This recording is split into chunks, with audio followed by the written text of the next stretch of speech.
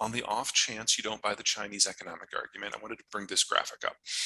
Now, for those of you who have been following me for a while, you know that back in 2014, I predicted that the Ukraine war would happen in 2022. Now, I don't say that to toot my own horn, although, you know, but instead to underline that that was only one of three major global military campaigns that I saw shaping this decade. This graphic has the other two.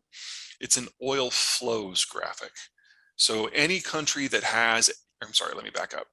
The yellow bars are total energy demand within each individual country. The green bars are net oil exports.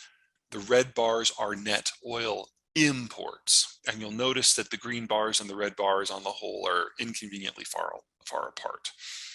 Right now, most tankers going from the Persian Gulf to Northeast Asia follow this purple line that follows the coast. Based on where you start and where you finish, that's 5,000 to 7,000 miles long.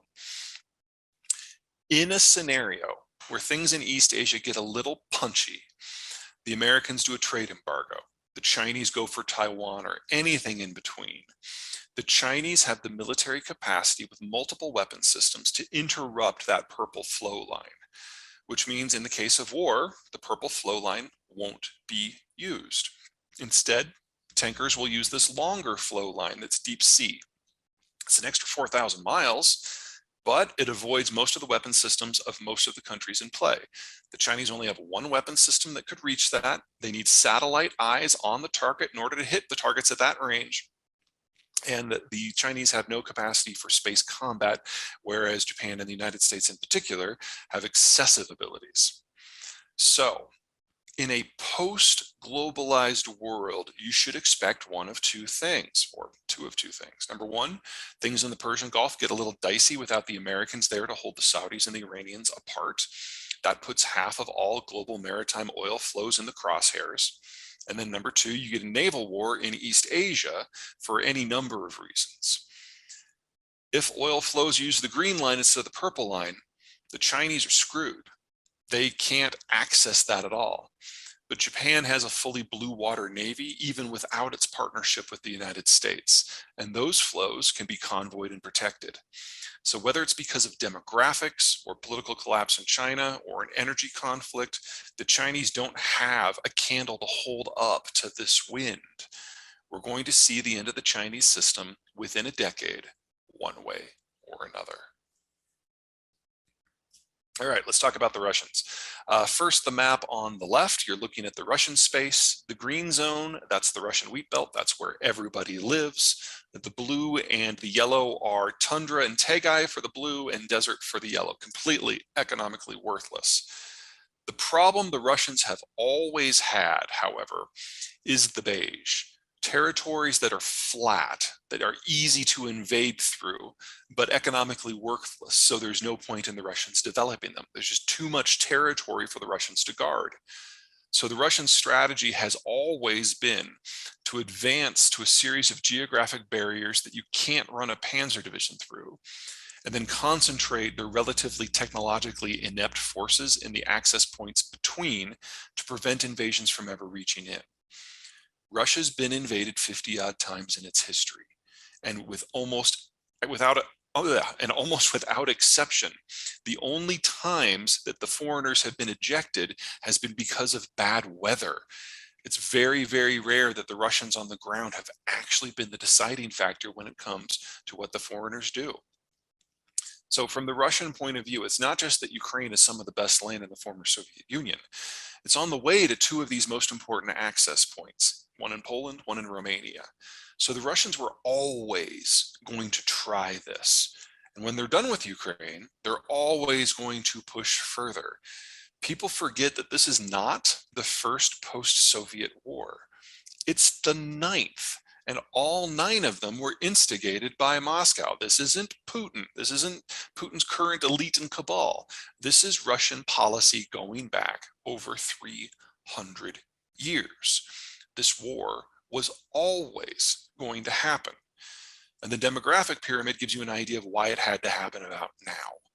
That big gouge in the 20-somethings, those are the children who were born in the post-Soviet collapse.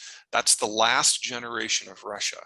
Now, if you look down into the red zone, like the teenagers, especially 5 to 15, it looks like it gets bigger. It does by the official data, but about 15 years ago, when this number started to boost out, that's when the Russians stopped reporting how they were collecting the data. And a lot of circumstantial evidence from within Russia suggests that they just stopped collecting the data altogether and just started making it up. And that made their birth rate look better.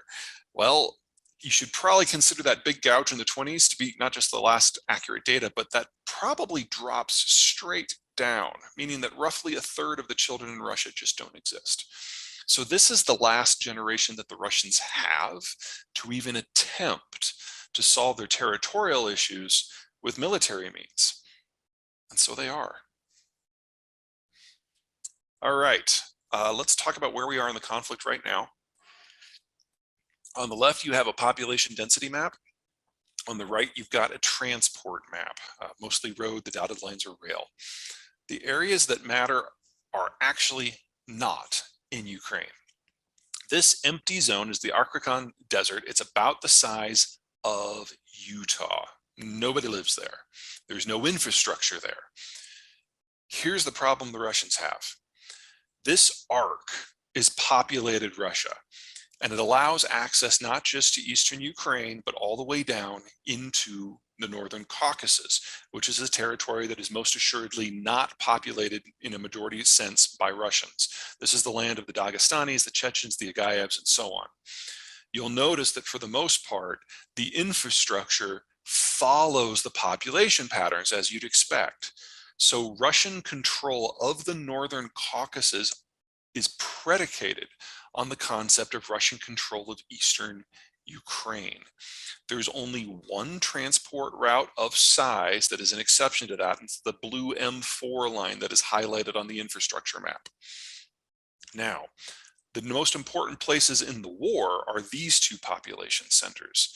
In the north, that's Belgorod. That's the city that served as the logistical and support hub for Russian activities in northern Ukraine, including the siege of Kiev and Kharkiv. And in the south, you have the city of Rostov-on-Don, which is not only a massive transit point for energy and agricultural shipments out of Russia, it's the only logistical and support hub for the entirety of Russian operations in the Donbass and especially the Crimea. If you remember the Kerch Strait Bridge, everything that goes over the bridge comes from Rostov. And then, of course, everything with the Donbass fighting as well. The problem the Russians have is if they lose control of Rostov, this war is over because they can't get forces into Ukraine. But if they lose control of Rostov-on-Don, they also lose control of the northern Caucasus. So a couple things to keep in mind here. Let's assume that, for argument's sake, the Ukrainians are wildly successful with the current counteroffensive, and they actually drive the Russians completely out of their territory by the end of the summer. Let's just assume that that happens. The Russians aren't going to stop.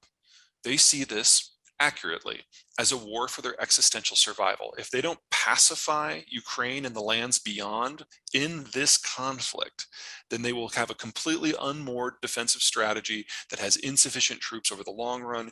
And while I don't think the Germans are going to march into Russia anytime soon, this is the last chance the Russians have to get a more defensible perimeter. They will push until they can't, which means Ukraine, one way or another, has to end up in Rostov. They have to break up that logistical capacity so that the Russians cannot even try.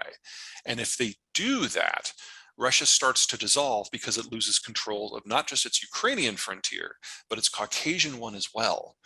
So this last weekend when we had the Wagner coup, which we can talk about that as much as you guys want to, Wagner made its temporary headquarters the logistical hub of Rostov-on-Don. And for several days, all logistical and ammo support and fuel shipments to the entirety of the Russian front stopped. And the Ukrainians are taking advantage of that interruption right now.